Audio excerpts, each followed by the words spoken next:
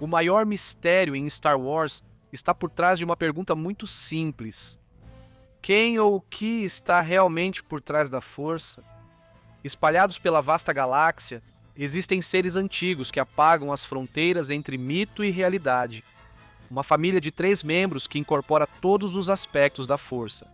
Sacerdotisas que guiam indivíduos por um caminho de vida eterna, e até mesmo uma entidade esquecida tão perigosa que Jedi e Sith tiveram que forjar uma aliança para derrotá-la. Quanto mais fundo vamos, mais misteriosos esses seres se tornam. O pai representa um dos conceitos mais importantes em Star Wars, o equilíbrio.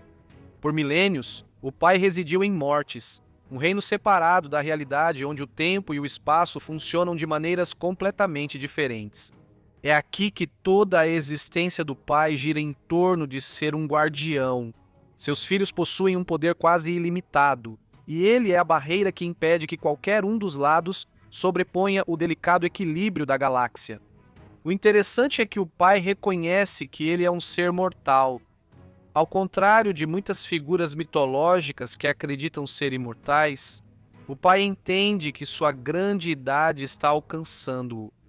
Se você tem milhares de anos, não te culparia por buscar um sucessor. Em sua busca por alguém que pudesse substituí-lo em seu estado debilitado, o pai conclui que apenas Anakin Skywalker possuía o poder necessário, atraindo-o junto com Obi-Wan Kenobi e Ahsoka Tano para sua casa em Mortis. No entanto, essa pequena excursão acabou levando à morte de um de seus filhos e fez com que outro entrasse em um estado meio maníaco e descontrolado. Durante todo o caos que aconteceu em Mortis naquela época, o pai também acabou perdendo a vida. A filha é a representação mais pura do lado luminoso já mostrada em Star Wars. Quando as pessoas pensam no lado luminoso, elas imediatamente voltam sua atenção para os Jedi.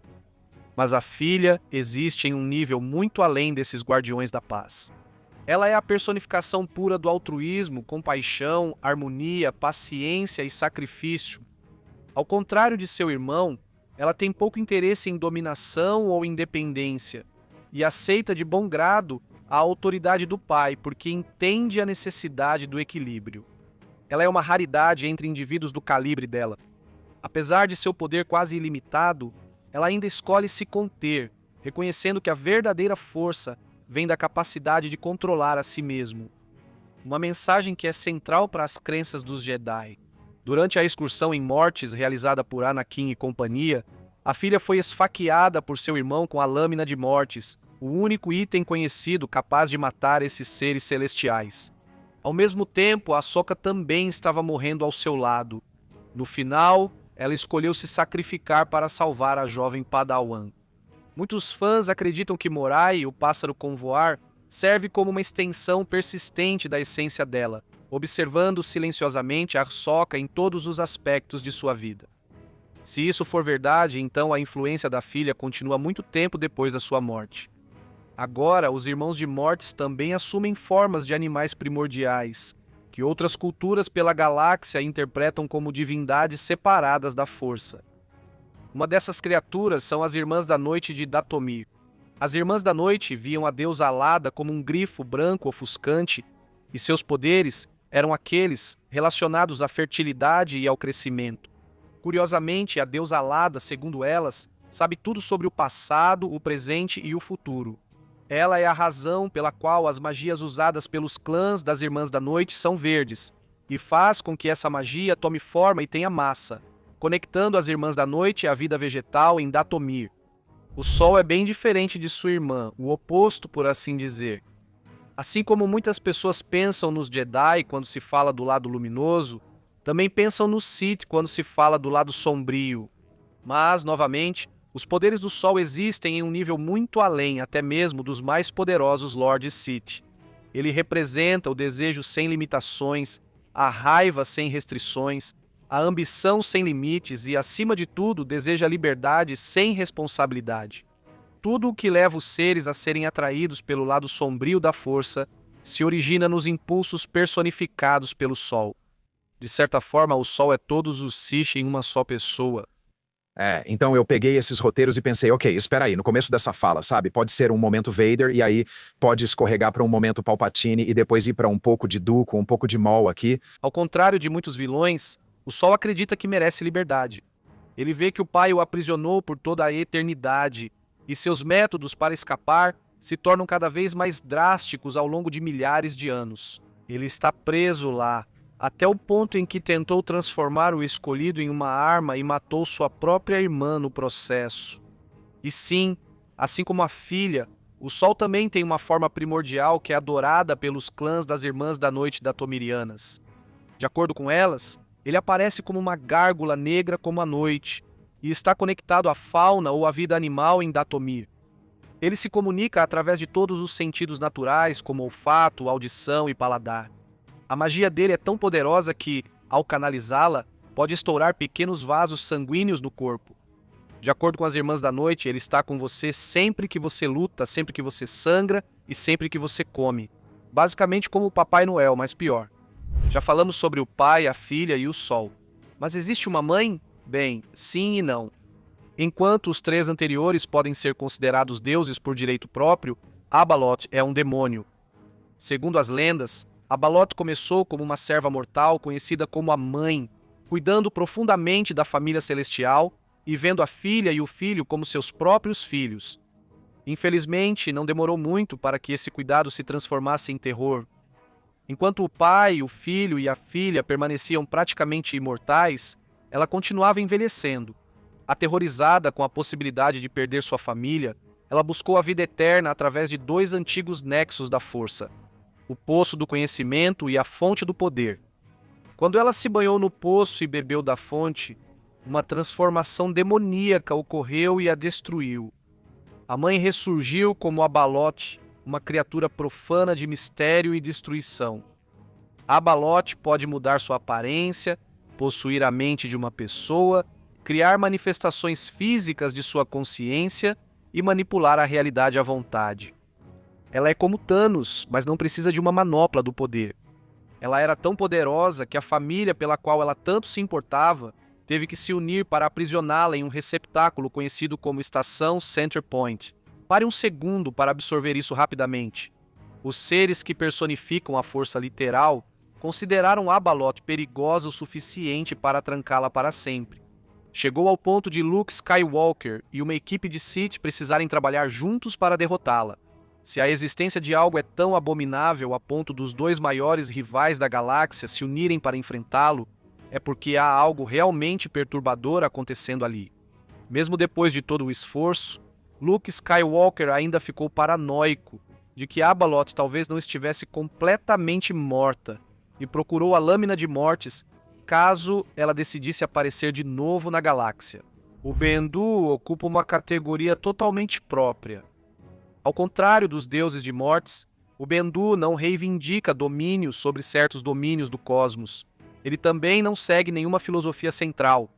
O Bendu simplesmente existe. Quando conhecemos o Bendu pela primeira vez em Star Wars Rebels, ele é apresentado como um ser antigo e distante, afirmando estar no meio entre a luz e a escuridão. O Bendu segue neutro enquanto o sofrimento ocorre ao seu redor. Ele se recusa a se envolver quando o Império ameaça a rebelião, mas parece agir imediatamente quando o Império começa a ameaçar o equilíbrio da força. Sua responsabilidade é com a galáxia como um todo, e quando ele é forçado ao conflito, como no planeta Adalon, sua fúria se manifesta como uma tempestade gigantesca capaz de causar grande destruição.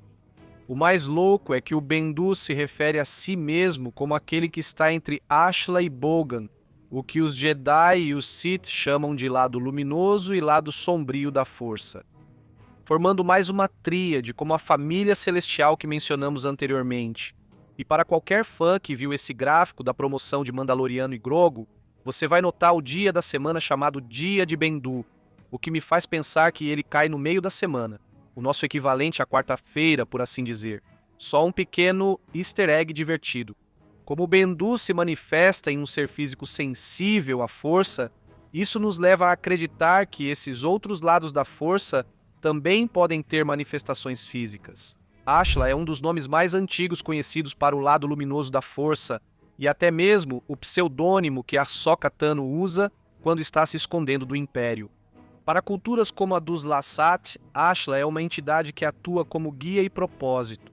O que é ainda mais fascinante é que Ashla demonstra como a força existe antes mesmo da Ordem Jedi, remontando a uma época em que as civilizações desenvolviam suas próprias interpretações dos fenômenos pela galáxia. Ashla é como uma presença divina e ajuda a fazer a galáxia parecer maior. Muitas culturas adoram ou seguem Ashla à sua maneira, e às vezes até por nomes diferentes, como contou Kanan Jarrus ao seu jovem aprendiz, Ezra. Durante o evento cataclísmico conhecido como as Guerras da Força, membros da Ordem Jedi se dividiram em duas facções, aqueles que adoravam Ashla e aqueles que adoravam Bogan. Enquanto a antiga Ordem Jedi defendia que o conhecimento na Força deveria permanecer equilibrado em todos os seus aspectos, havia uma escuridão crescente naqueles que buscavam o Bogan, e outros membros dos Jedi usavam Ashla para combatê-los.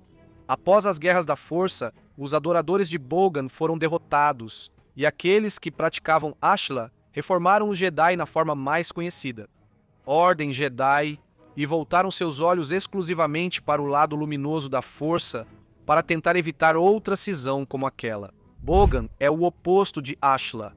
Originalmente, Bogan estava associado a uma das luas de Titan, assim como Ashla recebeu seu nome. Mas enquanto Ashla se concentrava na luz e na orientação, Bogan se tornou sinônimo de escuridão, tentação, conhecimento proibido e o lado sombrio. Os Jedi veem o lado sombrio como corrupção, já os Sith o tratam como libertação.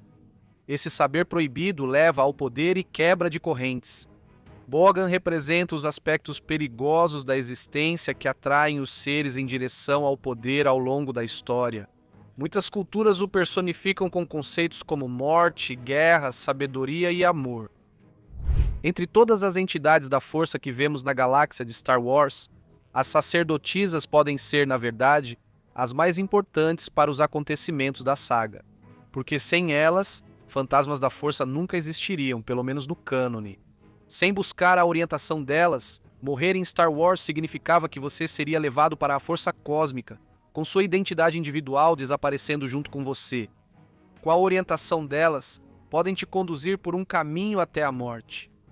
O reino delas existe na fonte da vida, algo que só pode ser encontrado de um jeito meio deixa nas mãos de Deus.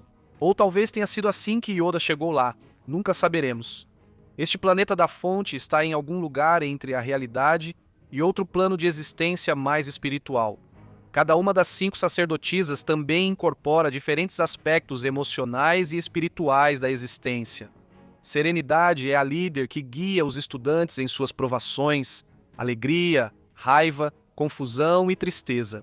Quando Yoda passa por suas provações, todos os aspectos de seu ser são testados, incluindo seus medos, seus apegos, sua sabedoria, sua humildade e mais.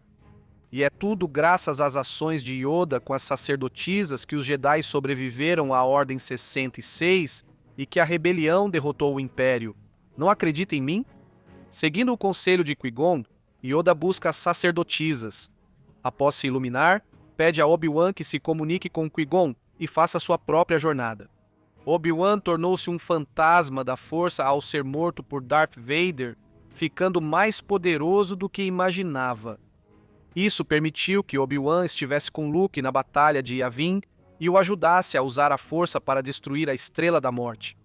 De muitas maneiras, as sacerdotisas são, na verdade, as arquitetas ocultas por trás da sobrevivência espiritual dos Jedi. Os Whills ocupam um lugar estranho por causa do papel que tiveram na formação dos conceitos básicos da força quando George Lucas estava criando Star Wars.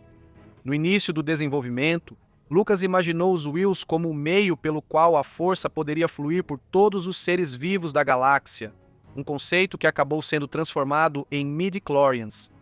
Depois disso, os Whills se tornaram uma comunidade de seres profundamente ligados à força. Os Whills eram observadores da galáxia, guardiões dos registros de certa forma, e testemunhas das exigências da força. O papel deles lembra muito as moiras da mitologia grega, ou as Nornas da mitologia nórdica, seres que compreendem o fluxo do destino, mas que não o controlam. Afinal, foram os Wills que contaram a Qui-Gon Jinn os segredos para manter a consciência após a morte. Mas qual deus da força você seguiria? Achou algum realmente interessante? Conte nos comentários.